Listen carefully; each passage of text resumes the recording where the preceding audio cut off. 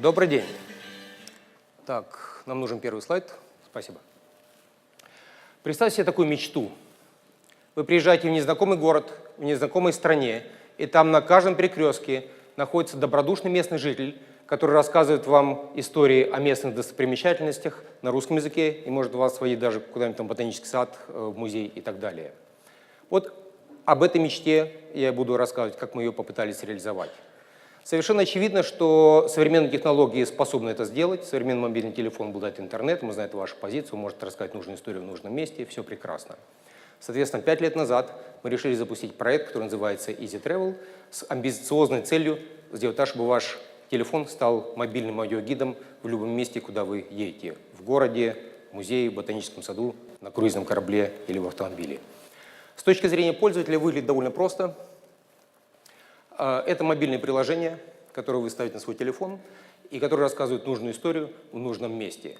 Соответственно, они берут свои истории из некой центральной базы данных глобальной, в которую, соответственно, эти истории выкладывают музеи, городские туристические власти, студенческие проекты, сторителлеры, всевозможные издательства и так далее.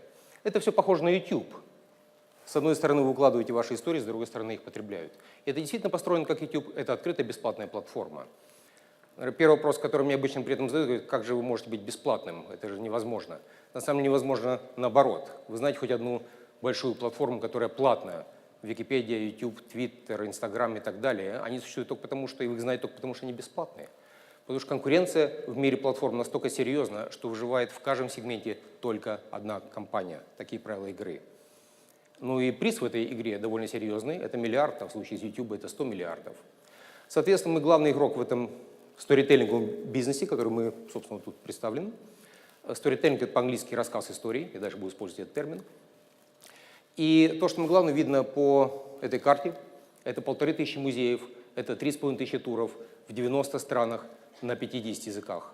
Это 3 миллиона историй, проигранных каждый месяц. И это количество продолжает расти. Каждый день у нас публикуются 2 музея и 3 новых тура. И это происходит совершенно без нашего участия. Просто все эти люди, которые публикуют эти туры, они рассказывают всем своим друзьям, знакомым, знаете, можно за полчаса опубликовать тур в этой системе. И это работает. И вот, приехав в Екатеринбург, я обнаружил, у нас здесь пару десятков туров, несколько музеев, и завтра, соответственно, собираюсь по ним пройтись. Но мой сегодняшний рассказ не о нашей платформе, это было введение. Мой сегодняшний рассказ об огромном мире сторителлинга, индустрии сторителлинга, которую мы открыли, и о том, как она повлияет на то, как вы, вот люди, сидящие здесь в зале, в будущем будете путешествовать, как будете маркетировать ваши собственные бизнесы или какими хобби вы будете заниматься. На самом деле, главный вопрос, который следующий, наверное, у вас на уме, а почему, собственно, аудио?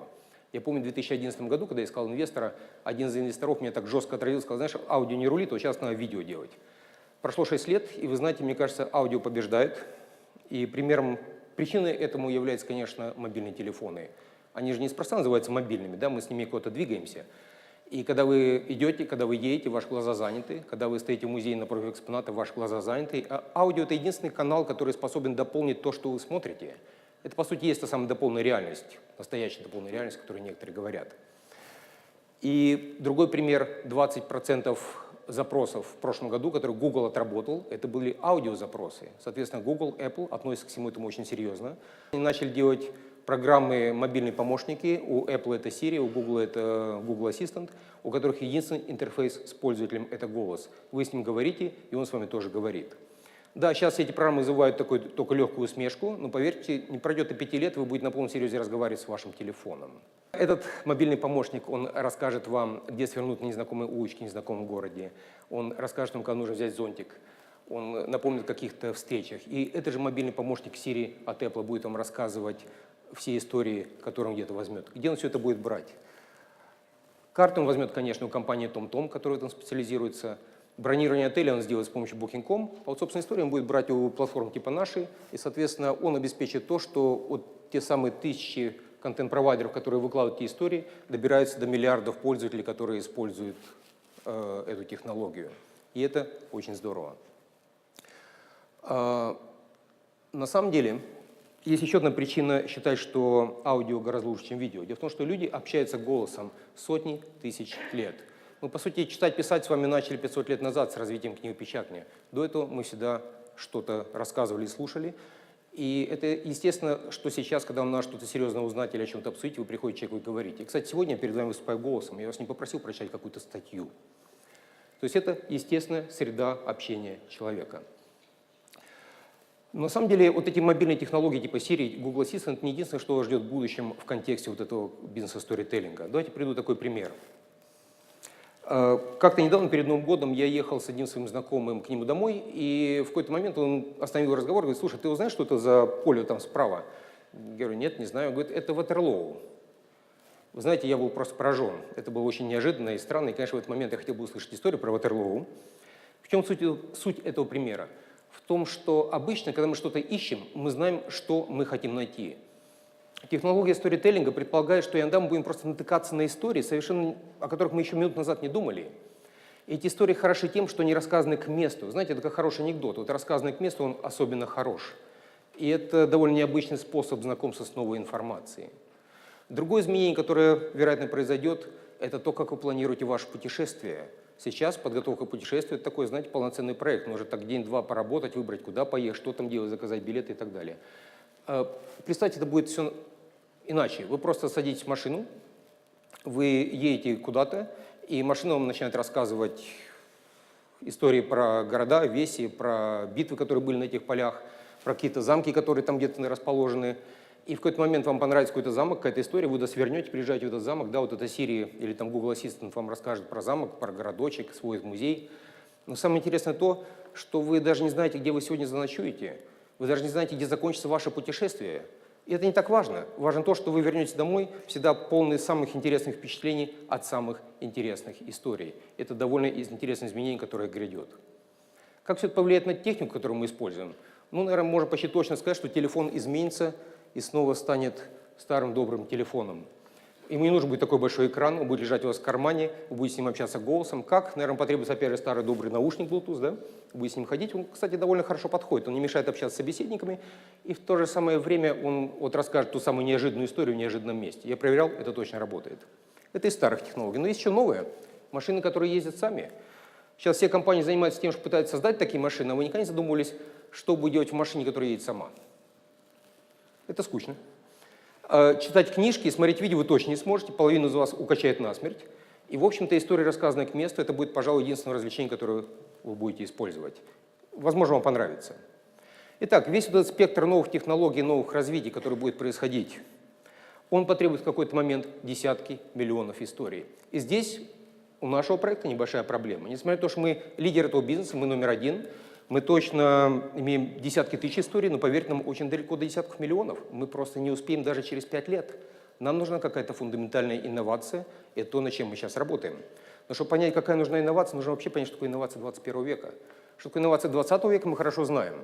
Это технические изобретения. Микросхемы, компьютеры, телефоны, GPS. Это технологии, которые вполне сами по себе самодостаточны. Они обычно отгораживаются такими патентами, и у них все хорошо. Наверное, самый идеальный пример — это компания Xerox. Она, когда изобрела копировальную машину, она обложила 500 патентами, как каменной стеной, и заработала свои миллиарды. То есть вот мой бизнес — это моя крепость. Это инновация 20 века.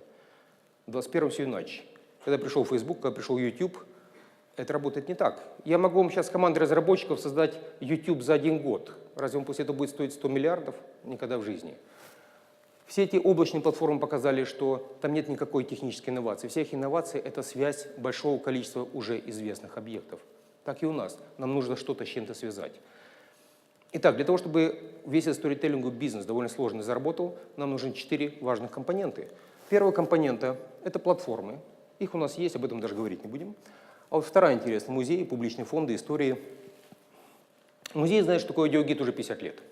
У них все в порядке. И когда появились эти мобильные технологии, и сказали: о, файн, мы сейчас начнем делать мобильные приложения. И начали.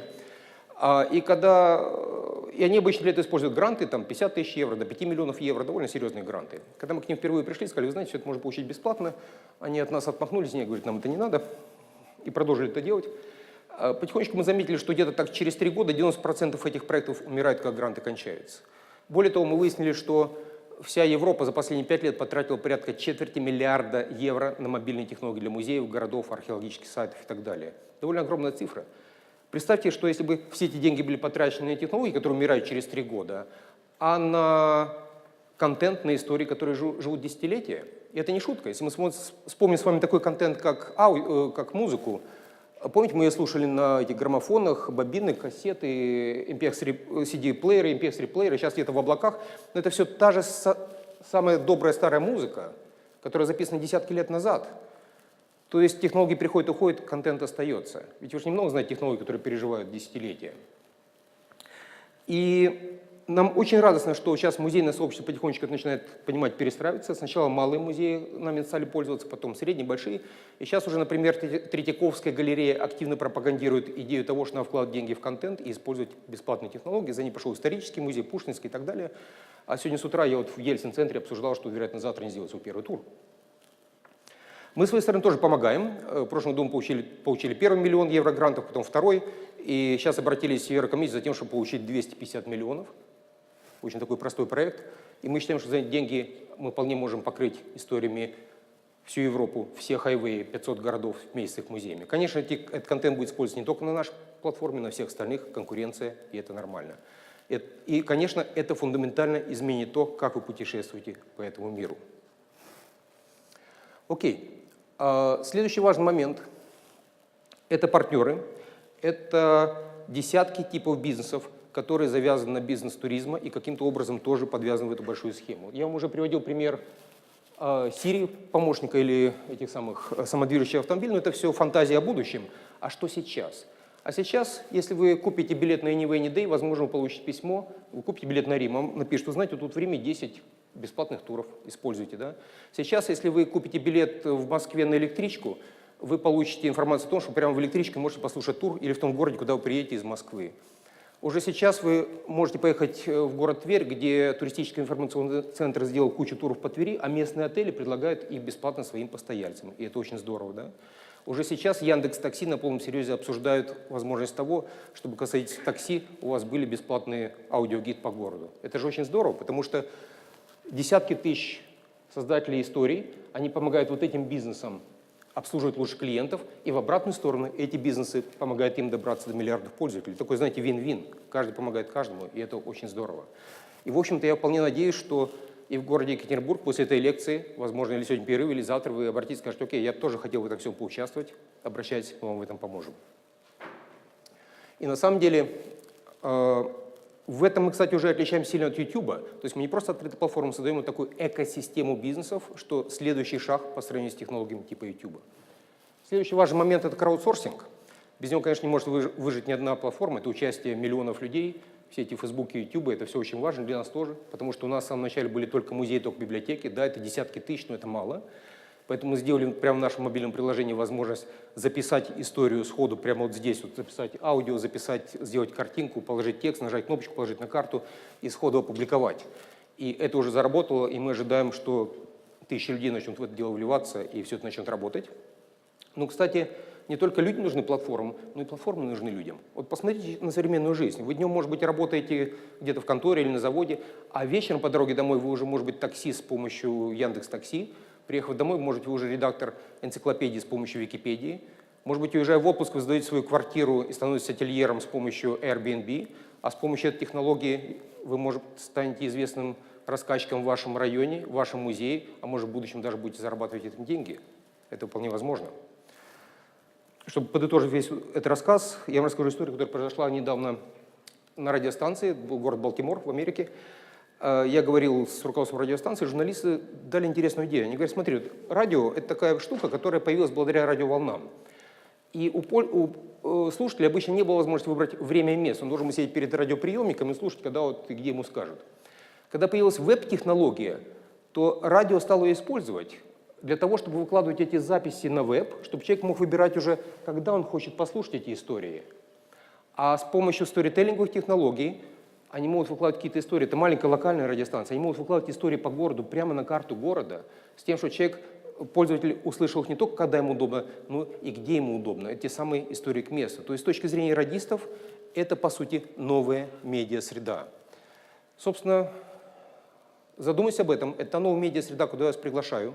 И вполне возможно, точно, многие из вас в будущем будут пользоваться этим как туристы. Многие из вас будут пользоваться этим как бизнес, который будет в этом соучаствовать. Кто-то это выберет своим хобби. но это то, куда вас приглашаю, и это та история, которая предлагается распространение через, собственно, о чем-то это и есть. Все, спасибо большое.